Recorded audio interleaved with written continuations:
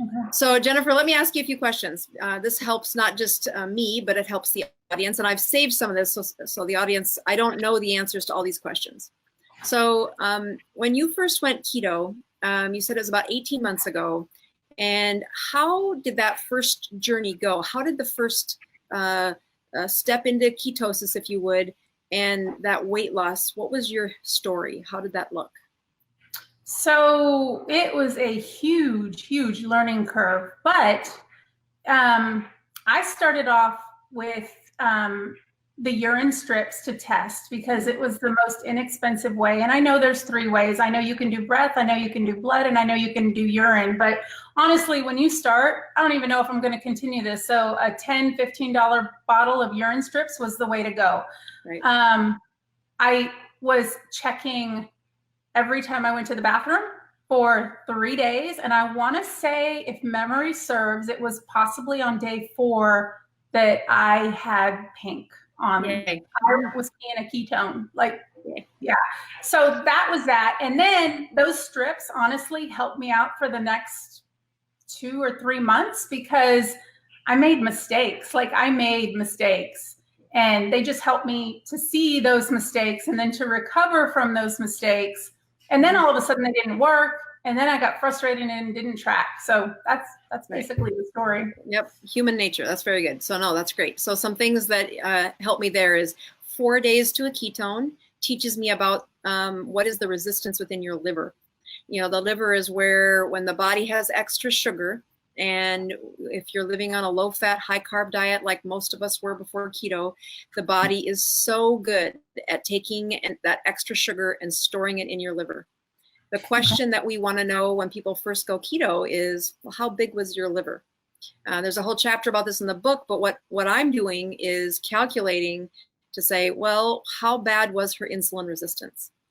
You know, the number of patients that show up and say, oh, doc, my sugars are fine. I'm not diabetic. I'm not pre-diabetic. And I look at them and say, you just don't know you are. And I don't need to fight with them. What I need to do as their physician is to recognize where we're at, where the obstacles are going to come from. Yeah. So if you on your initial ketogenic journey, I've had some patients take 10 days to make their first ketone. Oh, now, sometimes it was because they just didn't get the rules, but I think they had the liver. I mean, they're 450 pounds. They had a liver the size of a small child. I mean, there was so much extra sugar in that liver that we didn't get I know, it's incredible. The loss of elevated sugar took that long before they got to feel the benefit, which is when the ketones show up, and that's where they begin to say, oh, I feel so much better. And I almost feel bad, warning patients about that, because if they say, oh, I'm so heavy, this is never going to work for me. I'm like, no, you're the person who should be doing this. And then, not everybody's that way. Your genetics do have a lot to do with how insulin, how well has your insulin rescued you or protected you. So 4 days in, you have the blessing of actually checking. That is the key to this diet. The difference between this diet and a, say, paleo diet is that you can check it. And that's so powerful for me as a physician to say, just prove to me that you're following the rules enough to pee a ketone. So you start peeing on the stick, you find that, yep, there are things that you like to eat. And when you screw up, you were out of ketosis for how long before the strip would turn pink in those first 3 months? Oh gosh. Honestly, that part, I'm not real sure. I mean, so if you'd screw up, did it take 2 days to get back into ketosis? Did it take 3 days? Did it take 1 day? Do you remember? I don't remember, only because I just assumed that the next day I woke up, it'd be fixed. I didn't realize there was a time frame. The reason why the 3 or 4 days was so vividly remembered in my mind is because I was like anticipating it, and I was so good, but I don't think I calculated what a recovery was. I can tell you, I do feel as though I have insulin resistance. I was hypoglycemic. I've had the Roux-en-Y procedure. The Roux-en-Y procedure was done for me back in '98. Oh, wow. Yeah, so I've always struggled with weight, but I don't have the answer to that question. That's just a little more history. But even all that history wrapped it together gives me a sense that, yep, okay, it took her 4 days to be a ketone. When you would get out of it, it sounds like you were pretty quick within a day or so that you could feel yourself back in ketosis. You could make that pink again. Keeping in mind that when you check the urine ketone strips and when you check, you're not checking for actual fuel, you're checking for waste products. Like your body is not going to let these ketones overshoot.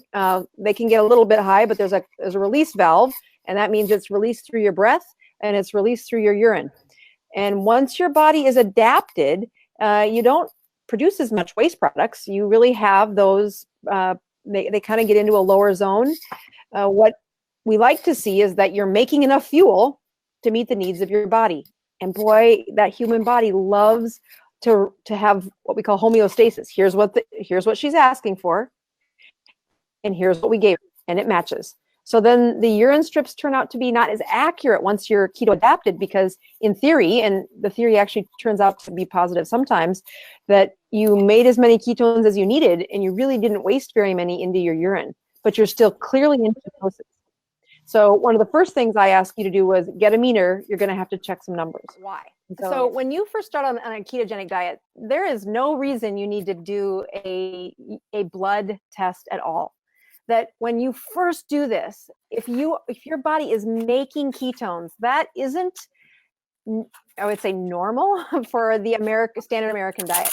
With a number of carbohydrates that are typically found in our diet, it is difficult to produce ketones in a way that you would actually make them come out your urine. In fact, one of the things on our on our urine tests in the lab is, is the patient, what I used to think of it as when I was in medical school was like, are they in starvation by having ketones?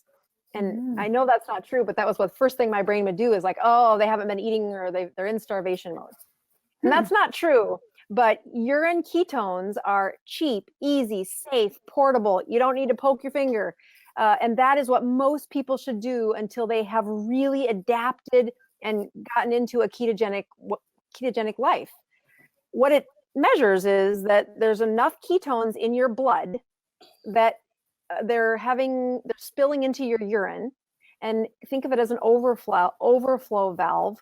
Your body protects you against a major shift in chemistry. And the way it does that for ketones is it spills them into the urine. And when you pee on that little stick and it turns pink, it means, yep, there were ketones in that urine.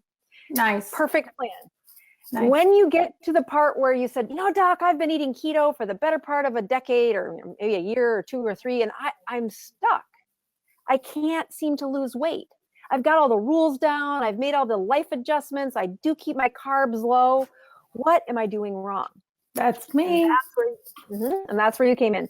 So if you remember, I said, okay, I have lots of patients reach out and say, hey, doc, can I have some, can I see you?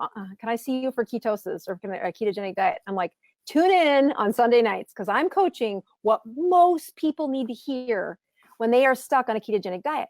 So the first step is we need to take you up on the threshold, which is to check your blood sugar and check your blood ketones. Yeah. So the first thing we had you do was you got one of those little monitors, and when you checked your blood sugar, you've actually had really good sugars. Usually. Please subscribe to my channel, and don't forget to click the notification bell so you don't miss out on any new videos. Stay tuned.